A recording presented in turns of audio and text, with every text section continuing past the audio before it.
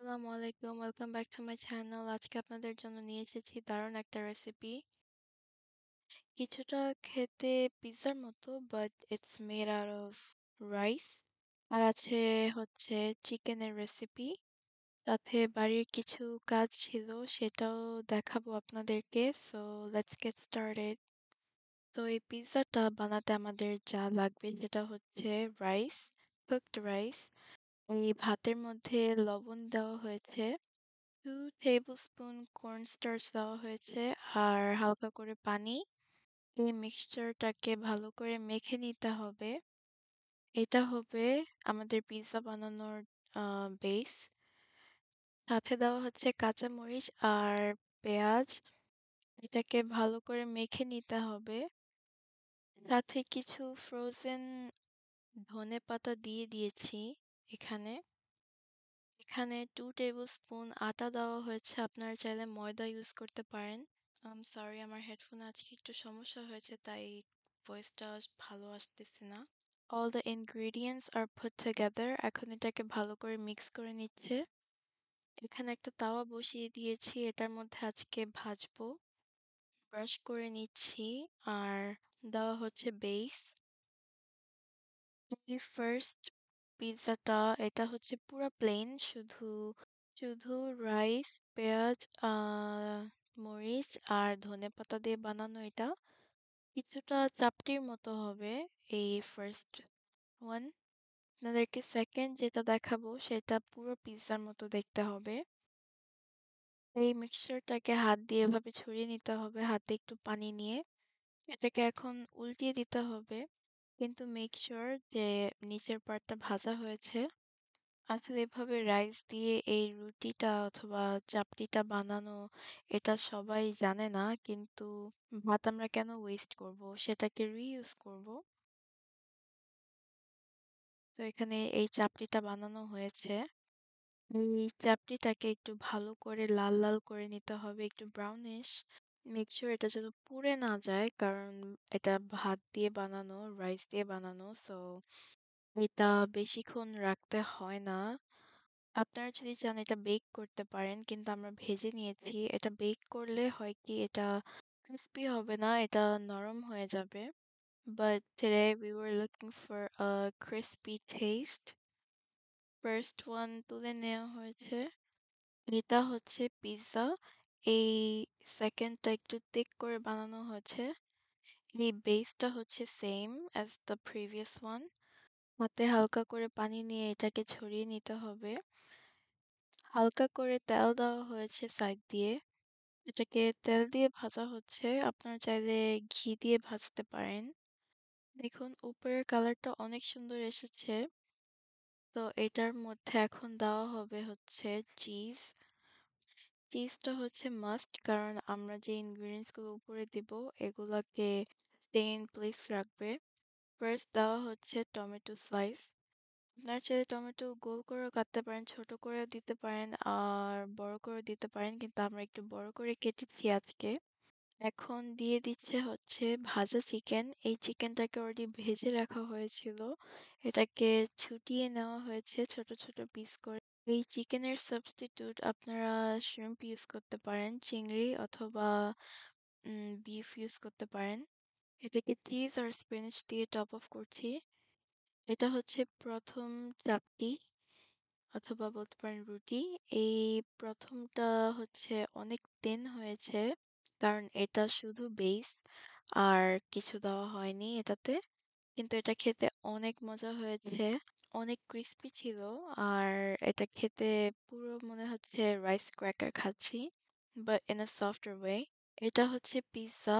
এইটার উপর আমরা স্পিনাচ দিয়ে ডেকোরেশন করেছি। আপনারা চাইলে এই পিৎজাটা পুরাটা অল ভেজিটেবলস দিয়ে ইউজ করতে পারেন, বানাতে পারেন, অথবা অল মিটস ইউজ করতে পারেন। বাট আমরা এখানে ভেজিটেবলস ইউজ করেছি, সাথে মিট ইউজ করেছি। এভাবে আমি এখানে অনেক পিৎজা খেয়েছি। সাথে দেওয়া ছিল ব্রকলি। এটা কিছুটা রিক্রিয়েট করা এভাবে বাসায়, বাট রান্না করা ভাত দিয়ে এই পিৎজাটা বানানো, এটা খেতে অনেক দারুণ হয়েছে। আমি আপনাদেরকে বোঝাতে পারছি না, আমার অনেক ভালো লেগেছে এটা খেতে। আপনারা অবশ্যই এটা বাড়িতে ট্রাই করে দেখবেন। আমরা বাড়িতে যদি পিজ্জা এভাবে বানাতে পারি তাহলে বাইরে থেকে কেন কিনে খাবো? এই রেসিপিটা সিম্পল, হেলথি অ্যান্ড সব ইনগ্রিডিয়েন্টস বাড়িতে আছে। So why not make it at home? আশা করি আপনাদের কাছে এই সিম্পল রেসিপিটা ভালো লেগেছে। এটা খেতে পুরা পিজ্জার মতো লেগেছে। আপনাদেরকে আমি ভুল বলছি না, এটা রিয়াল।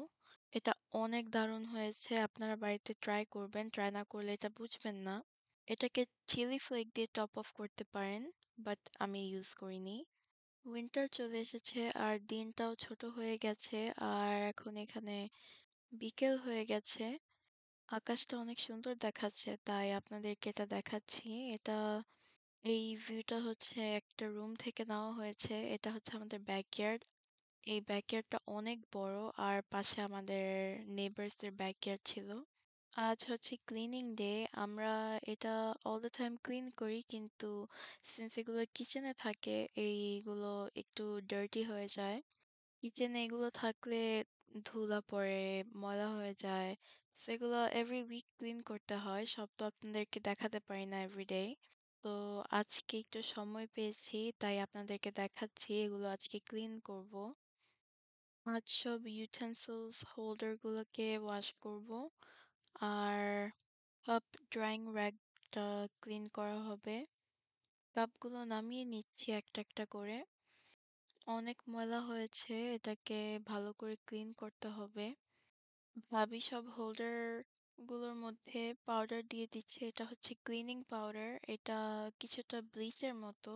এটা অল্প একটুতে অনেক ফোমি হয়ে যায় আর অনেক ভালোভাবে ক্লিন হয়।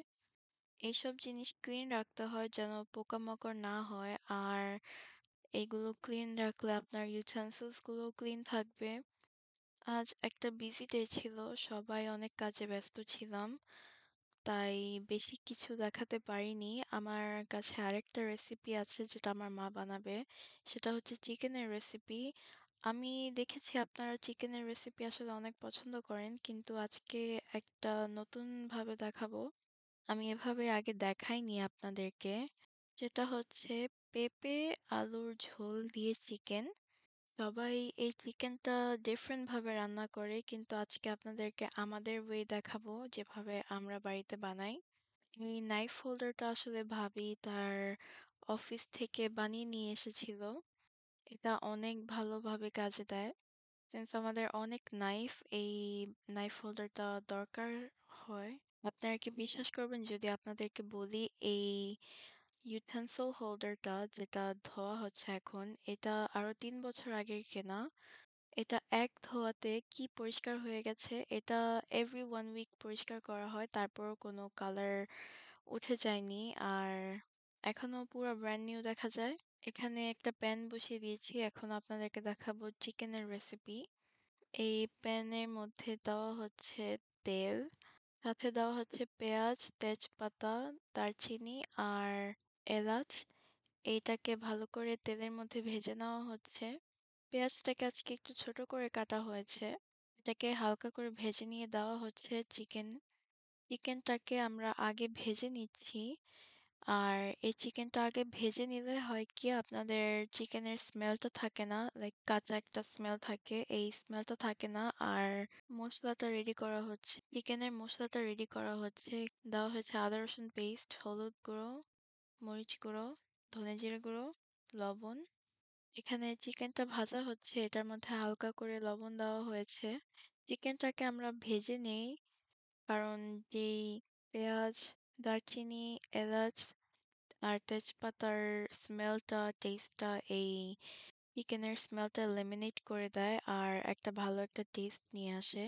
মশলাটাকে হালকা করে একটু পানির সাথে মিক্স করা হয়েছে। এখানে একটু কাশ্মীরি মরিচ দেওয়া হয়েছে একটু কালারের জন্য। আপনাদেরকে দেখাচ্ছি কত সুন্দর ক্লিন হয়েছে দেখুন। কিচেনের এই এরিয়াটা একটু বেশি ইউজ করা হয় আমাদের। এই মাংসটাকে ভাজা ভাজা করে কষানো হবে, এভাবে মাংসর টেস্টটা বেশি ভালো থাকে। এই হ্যান্ড মিক্সারটা আমাদের আসলে অনেক দিন আগের, এটা হচ্ছে ভাবির অনেক শখের হ্যান্ড মিক্সার। এটা আমাদের অনেক কাজে ইউজ করা হয়েছে। এটা সবকিছু করা যায় এটা দিয়ে। এটা দিয়ে রুটি বানানো যায়, পাস্তা বানানো যায়, আরো অনেক কিছু করা যায় এটা দিয়ে। আমি আমার ভিডিওতে আপনাদেরকে অনেকবার দেখিয়েছি এটা কিভাবে আমরা ইউজ করি। তো এটা কিচেনে থাকতে থাকতে এটাও একটু ময়লা হয়েছে, এটাকে ক্লিন করে নিচ্ছে। এখানে আমাদের মাংস সেদ্ধ হচ্ছে। এটা থেকে হালকা করে পানি উঠেছে। মাংসটাকে ভালো করে একটু মিক্স করে নিতে হবে। এই ওয়ালটা হচ্ছে আমাদের স্টোভের সাথে, তাই এটা আরো ময়লা হয়ে যায়। এটাকে ভাবি ক্লিন করে নিচ্ছে ভালো করে। এটা অনেক ইজিলি ক্লিন হয়ে গেছে কারণ আম যে স্প্রেটা ইউজ করা হয়েছে সেটা খুবই ভালো। This is the after. পুরা ব্র্যান্ড নিউ হয়ে গেছে ওয়াল। চুলাটা মিডিয়াম টু লো হিটের মধ্যে রেখে চিকেনটাকে কষিয়ে নেওয়া হচ্ছে। সবাই হয়তো বলতে পারে যে চিকেন এত সময় লাগে না কুক করতে, কিন্তু যদি ভালোভাবে কুক করতে চান একটু সময় লাগবে এটা বানাতে। সিন্স আমরা চিকেনটাকে ভেজে আম তারপরে সেদ্ধ করেছি, আমাদের একটু সময়টা বেশি লেগেছে। এখানে আলুটাও দেওয়া হয়েছিল। এখানে চিকেনটা অলমোস্ট ড্রাই হয়ে মসলাটা পুরো চিকেন আর আলুর মধ্যে লেগেছে। সাথে দেওয়া হয়েছে পেঁপে। পেঁপেটাকে লাস্টে দেওয়া হয়েছে কারণ পেঁপেটা যদি আমরা আগে ইউজ করতাম এটা গলে যেত। তো এখানে সবকিছু সেদ্ধ হয়ে গেছে, রান্না করা হয়েছে। আর এখানে দেওয়া হচ্ছে গরম পানি। এই পানিটা স্টোভ থেকে গরম করে দেওয়া হয়েছে।